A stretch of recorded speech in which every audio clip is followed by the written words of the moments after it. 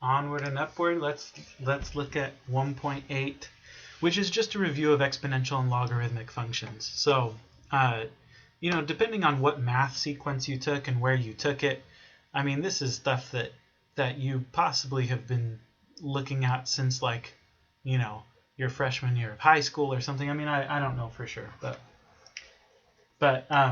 it's kind of old information, I think. So we're going to go through it pretty quickly. So as far as exponents are concerned, I mean, the way we define exponents on positive whole numbers is we just say, b to the fourth power just means b times b times b times b, right? So the exponent tells you how many times you multiply the thing times itself. Now the trick comes in how do we define negative exponents? And you may recall that this is how we do it, right? So if you have b to a negative exponent, then you just call that 1 over b to the positive exponent. And actually, n could be a negative number itself. So this could be, so in other words, b cubed is the same thing as 1 over b to the negative 3 as well. B to the negative 3 is the same as 1 over b cubed, right? So that's how you deal with negative exponents. And then the other trick is, what do you do if you have a rational exponent? Okay, so what if your exponent is a rational number? Turns out that b to the m over n is the same thing as the nth root of b to the m. And that turns out to be equivalent to taking the nth root of b first and then raising that result to the m power. There are a few little minor details there where it doesn't quite work out like that, but that's the gist of it. So, for example, let's calculate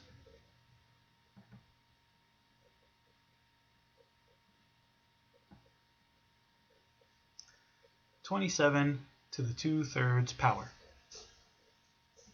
Okay, so this would be the same thing as the cube root of 27 squared, right? Cube root of 27 is 3, right? 3 times 3 is 9 times 3 is 27, so this is 3 squared, which is 9.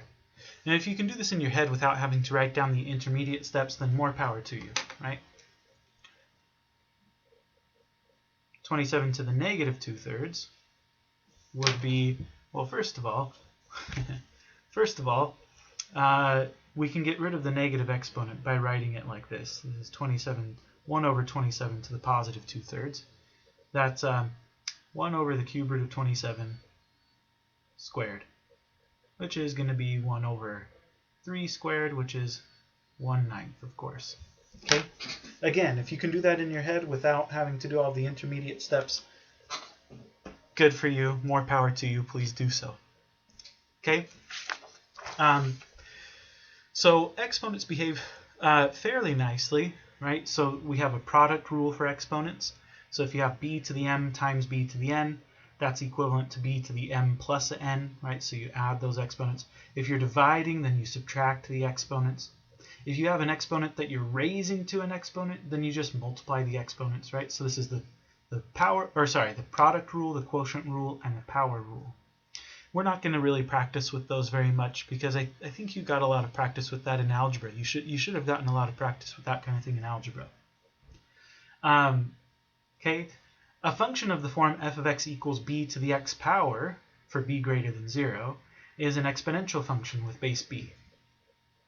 So examples of exponential functions would be things like 2 to the x, or 1/2 to the x, or even pi to the x, right? But the key is that the variable is in the exponent now. So this is not the same thing as x squared, right? It's a very different beast. So 2 to the x, a little bit, I think a little bit more complicated than x squared. But it's not terrible. I mean, it's just that what's changing is your exponent. So it's going to grow a lot more quickly than x squared does, for example. Anyway, so a couple of useful things about exponential functions. So first of all, when it comes to graphing these things, you should know that an exponential function is always going to pass through the point 0, 1, right? Because if I plug in 0 for x, I'm going to get b to the 0 power. B to the 0 power is always equal to 1, right? So an exponential always passes through 0, 1. And it has a horizontal asymptote at y equals 0. And of course that could change if you've done some kind of translations or some kind of transformation of this function. Okay, we'll see an example of that. But the other important thing is that if your base is bigger than 1, then the function is going to be an increasing function.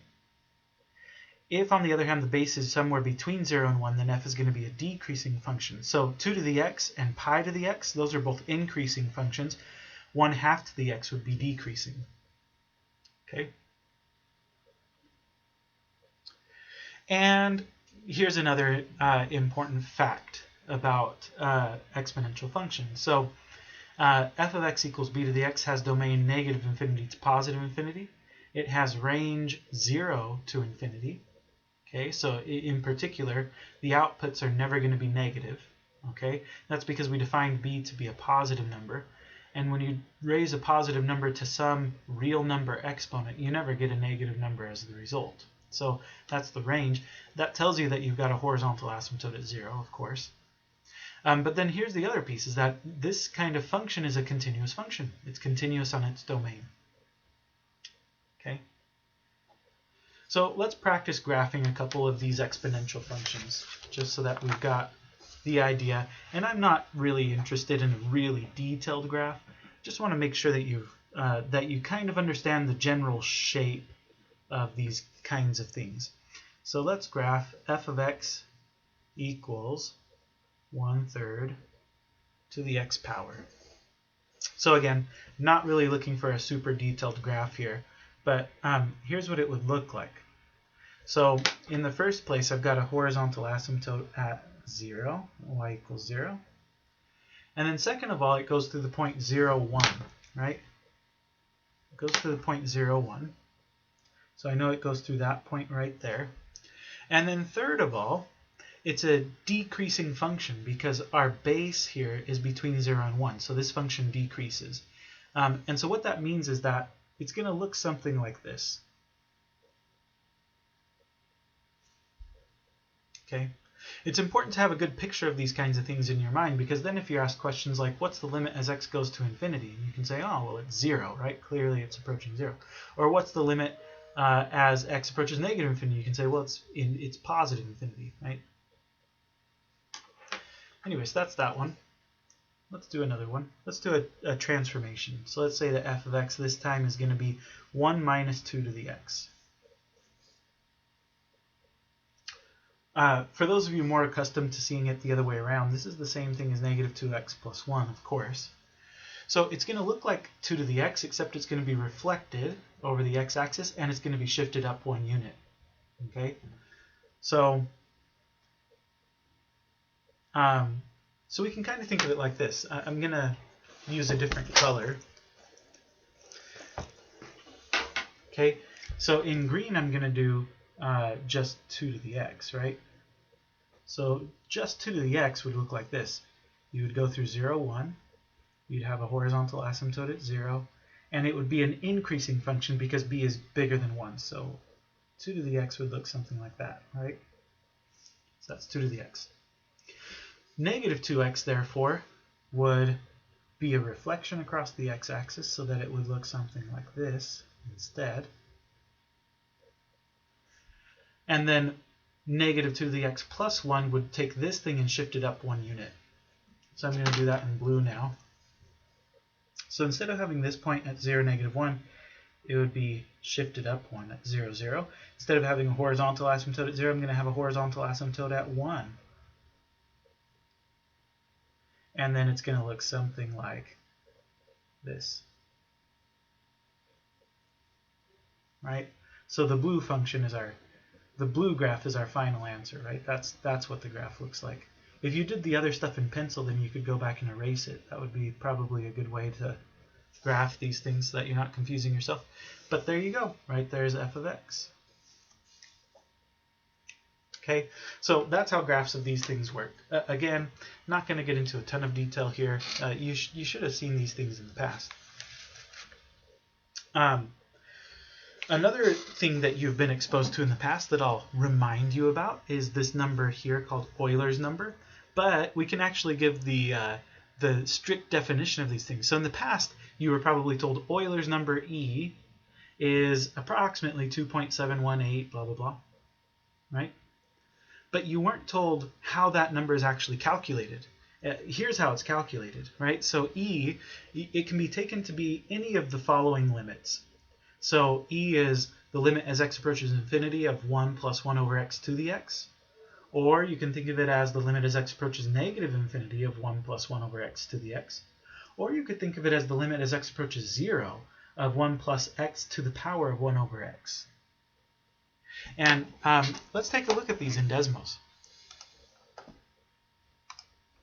Whoops. Look at me. Okay, in Desmos, let's take a look. So let's do 1 plus 1 over x to the x. Okay. And then I'm just going to, for the sake of argument, I'm going to plot y equals E for Euler's number.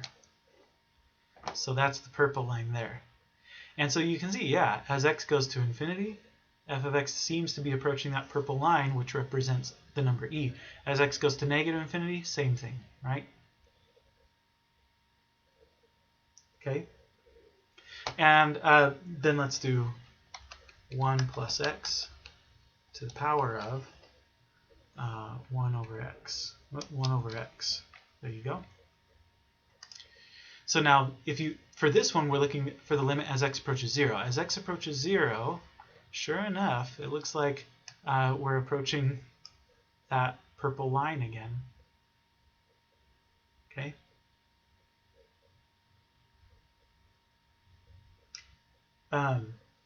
It's kind of interesting that the function is undefined at 0, right? Because 1 over 0 is undefined. So it's interesting that they're giving us a function value and that they're not saying undefined. Desmos is a little bit wrong about that. That's really strange. Anyway, but the limit is still E, right? The limit is still E. So hopefully that kind of convinces you, right? That's where we actually get the number E from. There are other ways to define the number E as well, but limit definitions include these three.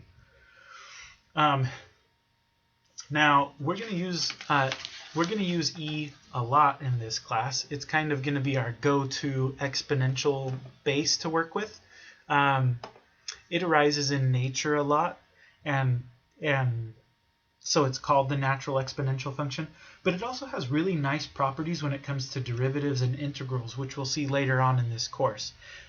Basically, e to the x is its own derivative, which is really kind of like a unique thing about the exponential function. But another thing I'll draw your attention to in case we encounter this notation later is that e to the x is sometimes written exp of x. So it's sometimes written this way. So these two things mean exactly the same thing. It's just different notation for the same thing. And the reason that this notation is sometimes used is that if you have really complicated things going on up here in the exponent, then it's easier to not write them as a superscript and instead be able to write them as just the argument to the function. But anyway, so f of x equals e to the x is called the natural exponential function.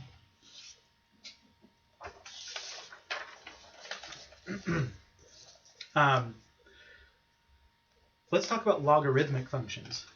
So logarithmic functions are sort of the other side of the coin to exponential functions. Logarithms and exponents go hand in hand, and we'll see why in a second. I mean, I'm sure that you've been exposed to these things already anyway, but let's just refresh our memory about logarithms first, and then we'll talk about how they're related to exponentials. So first of all, we define a logarithm as follows. Log base b of x equals y if and only if b to the y power equals x. Right? So, in other words, this exponential statement can be rewritten as a logarithmic statement this way. And you just swap the x's and the y's. So log base b, is still a base b to the y when you write it as an exponential, right? So the bases are still the same, but you just swap x and y. So log base b of x equals y means that b to the y power equals x. So to compute something like log base b of x, we ask ourselves exactly that. We ask ourselves, b to what power equals x, right? So b to what power equals x. So let's practice.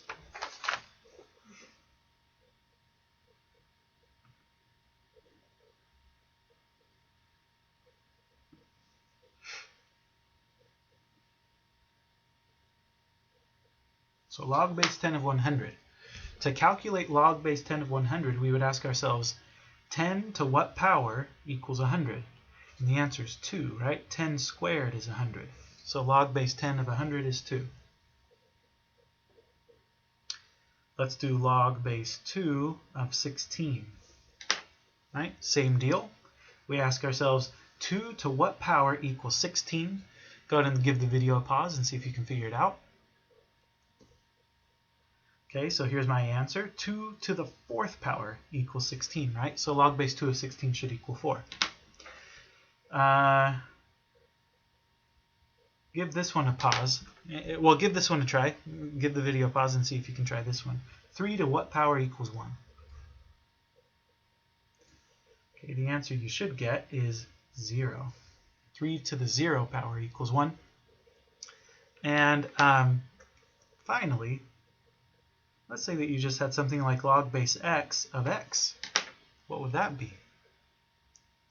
Well, x to the 1st power equals x. So log base x of x is just 1. Okay. So hopefully you know that refreshes your memory on logarithms and how logarithms work and everything. So whenever you have f of x equals log base b of x, that's called a logarithmic function with base b. A couple of restrictions: b has to be bigger than 0 and b cannot equal 1.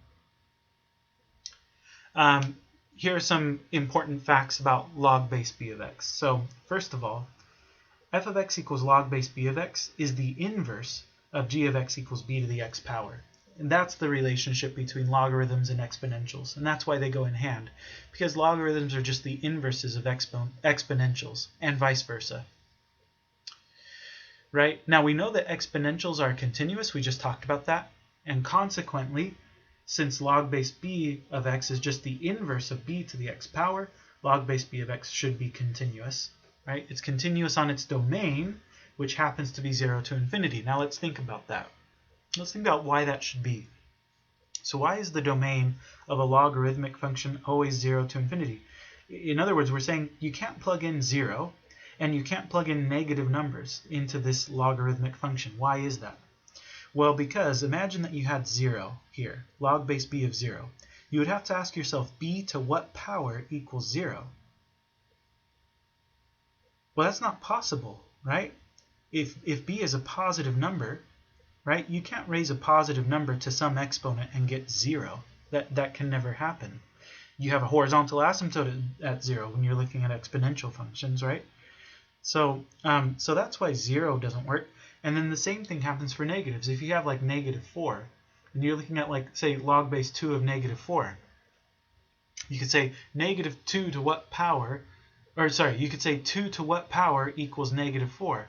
It's not going to work, right? 2 squared is +4. 2 to the -2 is 1/4, right? You're never going to get a -4. Anyway, so the domain is 0 to infinity. The range, on the other hand, is all reals. So it has all real numbers as its range.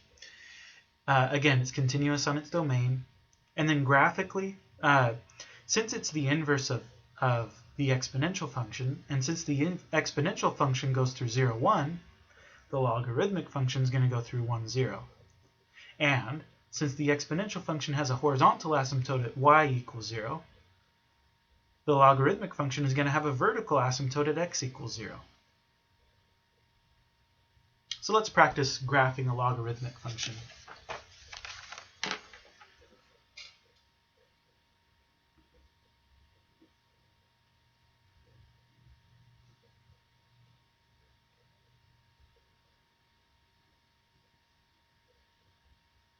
So let's graph f of x equals log base 2 of x. Okay. Well, It's going to have a vertical asymptote at 0. It's going to go through the point 1, 0. And it's undefined over here, right? It's undefined for any negative values, so there's not going to be any drawing over here. There's only going to be drawing on this side. Yeah, on this side. The same rules for increasing and decreasing apply for logarithms as for exponentials. So in this case, our base is 2, and 2 is bigger than 1. That means this is an increasing function. So it's not going to decrease like this. It's going to increase like this. And that's what a logarithmic function looks like. Actually, I could have done a better job because it kind of bends over a little quicker than that, right? It kind of can tend to bend over a little bit more quickly. They never completely level off though, right? So like limit as x goes to infinity of this function is still going to be infinity. It doesn't level off. It doesn't have a horizontal asymptote. It keeps growing and growing and growing. But it gets flatter and flatter the further out you go. Anyway, so that's what that function looks like. So maybe ignore the top part. It's more like this. It's more bent over.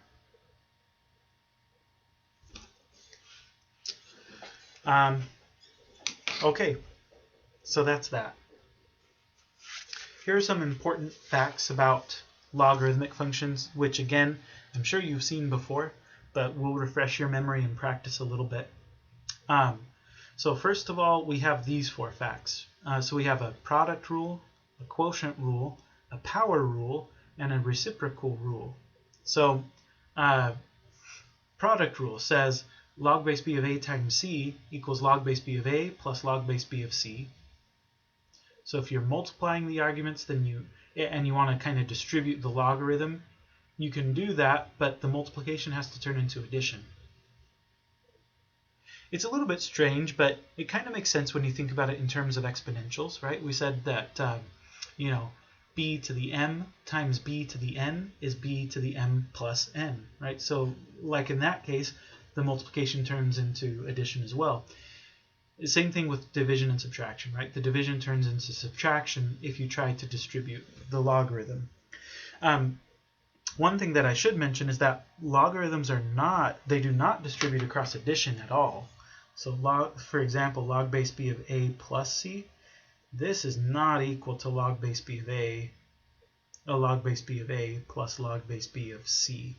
Unfortunately, it doesn't work like that. So logarithms don't distribute across addition at all.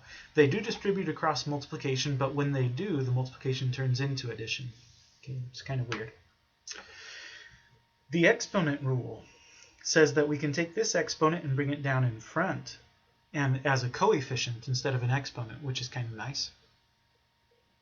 And that means that this rule is really just a consequence of number 3, because 1 over c is the same thing as c to the negative 1 power. C to the negative 1 power, by the power rule, we can bring the negative 1 in front and just call it negative log base b of c. All right, so those are those. We'll practice using them here in a second. Let me give you 2 more definitions, though. So first of all, if you ever see something that says ln of x, so ln of x. ln of x is the same thing as log base e of x. So ln stands for natural log. You might think natural log, shouldn't it be NL? But it's because of, I think it's probably French or something, So French is kind of like Spanish, where the adjectives come after the noun. Instead of in English, we do it the other way around. So this is like the log natural, right? The log natural. However you say that in French.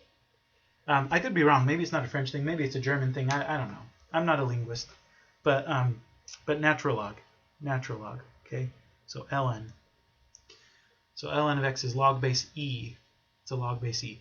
And then if you ever see a logarithm that doesn't have a base written, so it just says log x, then it's assumed that the base is 10. That one's called the common log, right? So ln of x is a log base e. It's called the natural log. Log of x is really a log base 10 of x, and that's called the common log. Okay? But let's practice expanding and condensing some things. And a new sheet of paper.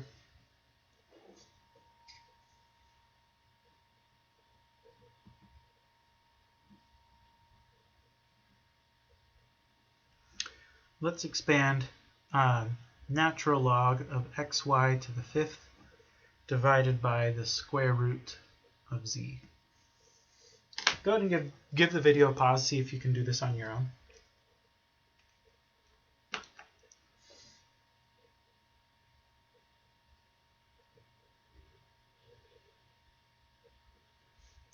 Okay, so here I go. First thing I notice is that I can use the quotient rule to call this ln of xy to the fifth minus ln of square root of z.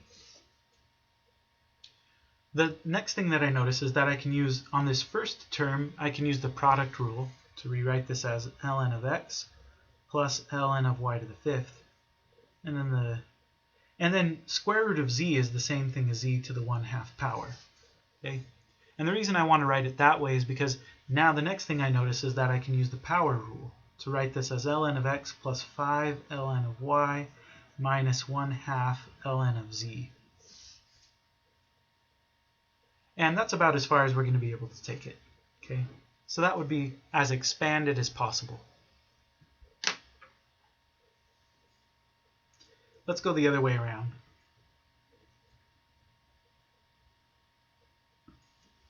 So let's condense 1/3 ln of x minus ln of x squared minus 1 plus 2 ln of x plus 3. Okay, so again, go ahead and give the video a pause, see if you can do this on your own. Okay, here's what I'm going to do. First of all, before I can apply the quotient rule here, I'm not allowed to have any coefficients. So I've got to move those up as exponents first, and I might as well take care of this one while I'm at it. So I'm going to call this ln of x to the 1/3 minus ln of x squared minus 1 plus ln of x plus 3 squared. And really it's like this that's happening. And this, right?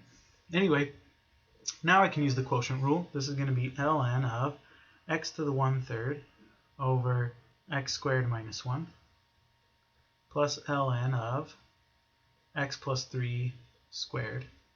And now I can use the product rule to write this as ln of, well, I'm going to have x to the 1/3 over x squared minus 1 times x plus 3 squared.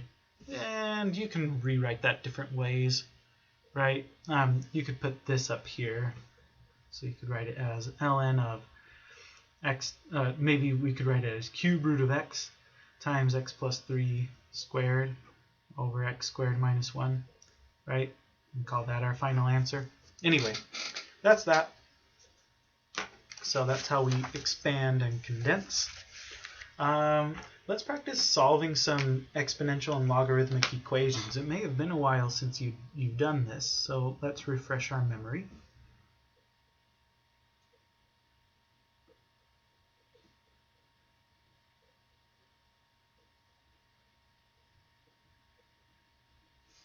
So let's just practice solving log x equals square root of 2.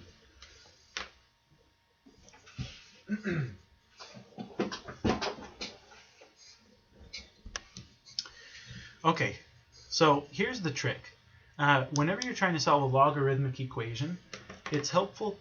What you should do is, what I call it is exponentiate. So you're going to exponentiate both sides. And it's helpful to, in the case of a common log, to write in the 10 so that you know that, okay, this is a base 10. So what I'm going to do is I'm going to exponentiate by 10. So I'm really going to make both of these things the exponents on a base 10. Okay, and the reason I do that is because 10 to the log base 10 of x, those things cancel, and it just leaves you with x. So you get x equals 10 to the square root of 2. So that's our exact answer. If you want, you can get a decimal approximation. 10 to the power of the square root of 2 is approximately 25.9546. Okay, so that's that.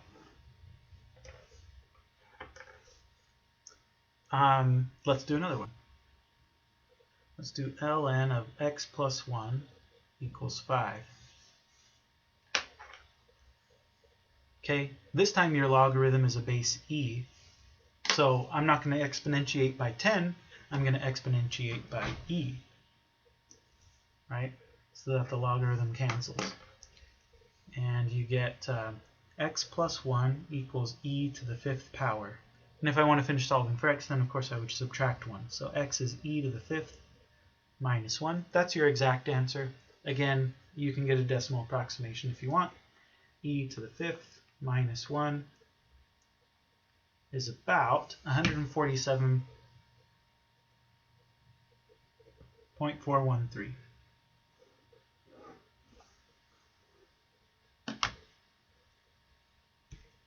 Okay, so those are some logarithmic equations. Let's solve some exponential equations.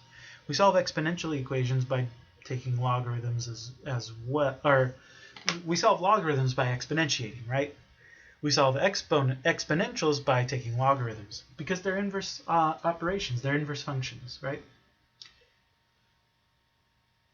So in particular, the one that I use is the natural log. So I'm going to go ahead and just take natural log of both sides. And the power rule allows us to bring down the x now, right? So we can say this is x times ln of 5 equals ln of 7. To finish solving for x, then we would divide by ln 5, right?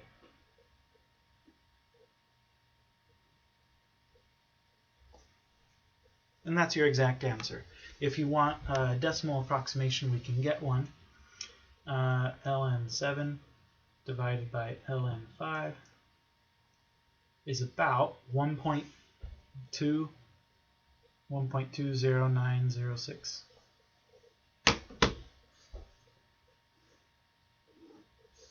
Okay, let me give you one more, slightly more complicated. Oh, I might need more space to do it. Let's do e to the x minus e to the negative x over 2 equals 1. The thing on the left-hand side actually has, it's a particular kind of number that I don't know if we'll get to them in this class. I think probably you don't do this until Calculus 2. But this is the hyperbolic can't remember if it's the hyperbolic cosine or the hyperbolic sine. Can't remember off the top of my head, but it's a hyperbolic trig function, which is kind of a weird concept to wrap your brain around. But we don't need to know that to be able to solve the equation, though. We just need to do something. So here's what we can do. We can multiply through by 2.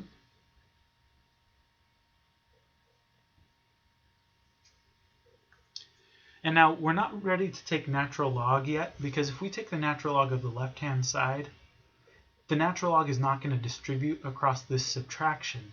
So we're not going to be able to cancel off the exponentials. So we don't want to do that yet. Excuse me. What we do want to do is try to write this as like a single exponential somehow. Here's what I'm thinking.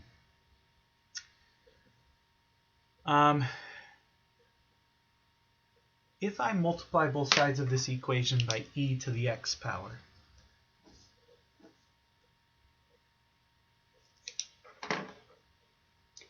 then e to the x times e to the x is e to the x plus x, right? So that's e to the 2x. E to the x times e to the negative x is e to the x plus negative x. That's e to the 0, which is 1. And then over here, of course, I have 2e to the x. Now, if I rearrange this a little bit, I get e to the 2x minus 2e to the x minus 1 equals 0. And if you squint at that just right, you'll notice that it's a quadratic, right? That's just a quadratic equation. And we can factor it. We can factor it as e to the x. To get a negative one, I must have a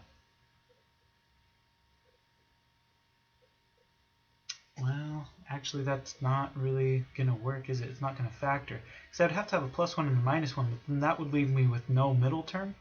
And I know that I have a middle term, so factorization is not going to work. That's disappointing.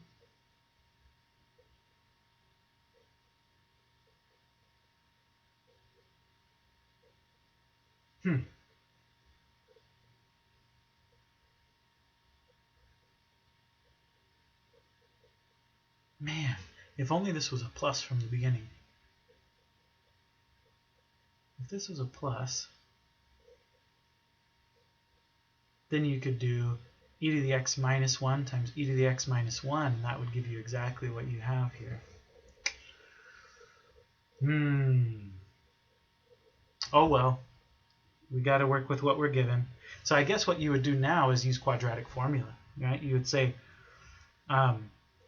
e to the x equals negative b plus or minus the square root of b squared minus 4 times a times c. 4 times 1 times negative 1 is a positive 4, divided by 2 times a is 1. Well, at least they're real. At least it's a real number. So you get 2 plus or minus the square root of 8, but square root of 8 is 2 root 2. Oh, this isn't so bad. Okay, this isn't so bad after all. You get 1 plus or minus square root of 2. So e to the x is 1 plus or minus square root of 2. So you can split that up into two equations if you want. 1 plus root 2, or e to the x is 1 minus root 2. And then you can take the natural log of both sides.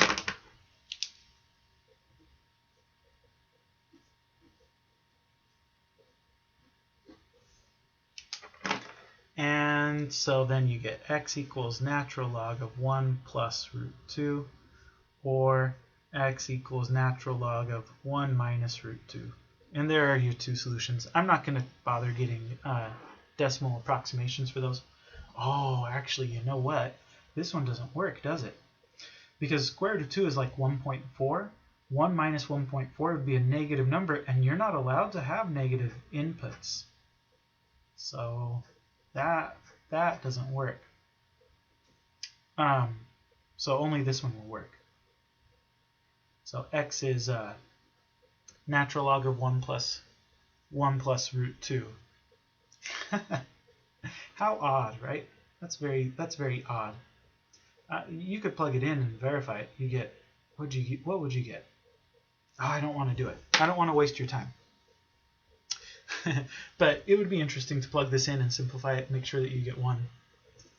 I think I'll do it once I'm finished recording this, just to make sure I didn't lead you astray, because if I did, then I'll have to post another video or something to correct my mistake. Okay, one last fact. On your calculator, you probably have a common log button and you probably have a natural log button, but that doesn't help you if you're trying to find log base 3 of 7, right, or something like that. So the way that we find log base 3 of 7, because most calculators don't have a log base 3 button, right? Some of your calculators do actually, but most calculators don't. So what we do is we use a change of base formula. So log base b of x turns out to be the same thing as natural log of x divided by natural log of b.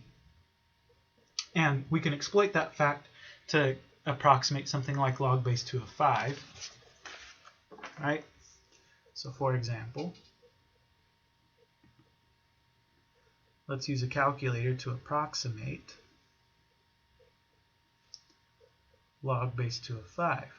Well, what we would do is we would say log base 2 of 5 is ln of 5 over ln of 2. And then you can use the natural log button on your calculator. Of course, if you have a log base 2 button on your calculator already, then yeah, go ahead and use it, right? So this is more for the people who don't have a, like my calculator doesn't have a log base 2 button. I mean, it does, but it's like hidden. I have to search for it. It's much easier to just use a change of base for me. Anyway, you should get that it's about 2.32193.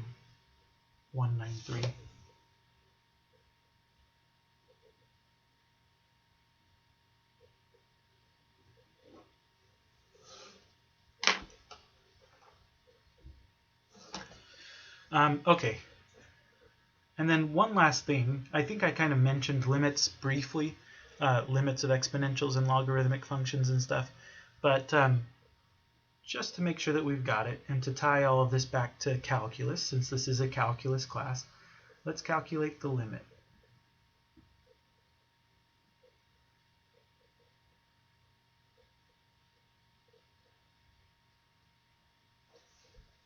So, limit as x approaches infinity of e to the x. Well,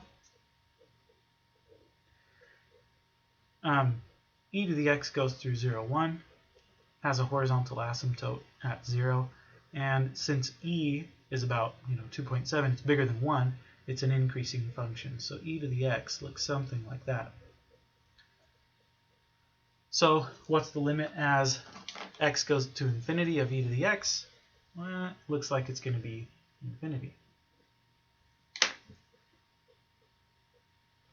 What's the limit as x goes to negative infinity of e to the x? As x goes to negative infinity, it looks like e to the x is going to 0. Right?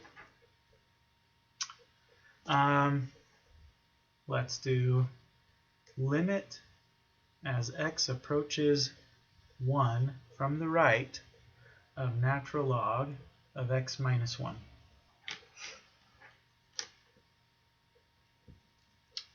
Natural log of x minus 1. So that's a logarithmic function, but it's been shifted right 1 unit. So instead of having a vertical asymptote at 0, it's going to have a vertical asymptote at 1. And then instead of going through 1, 0, it's going to go through 2. It's going to go through 2, 0. So it looks something like this. And now the question is, what's the limit as x approaches 1 from the right side? So from the right, as x approaches 1, right? Remember, this is 1 right here. This is 2. So as x approaches 1 from the right, it looks like we're going down to negative infinity.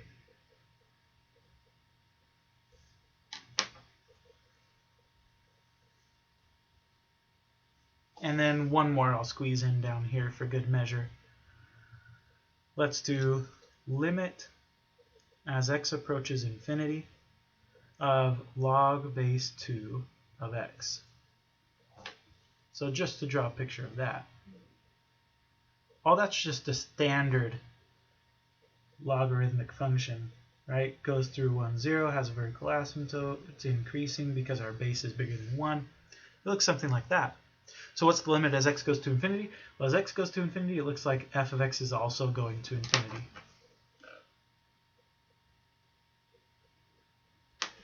I don't know. I never put the plus sign on positive infinity. Your book does all the time, but for me, these things are interchangeable. They mean the same thing. If I want to write down negative infinity, then I'll put down the negative sign in front of it.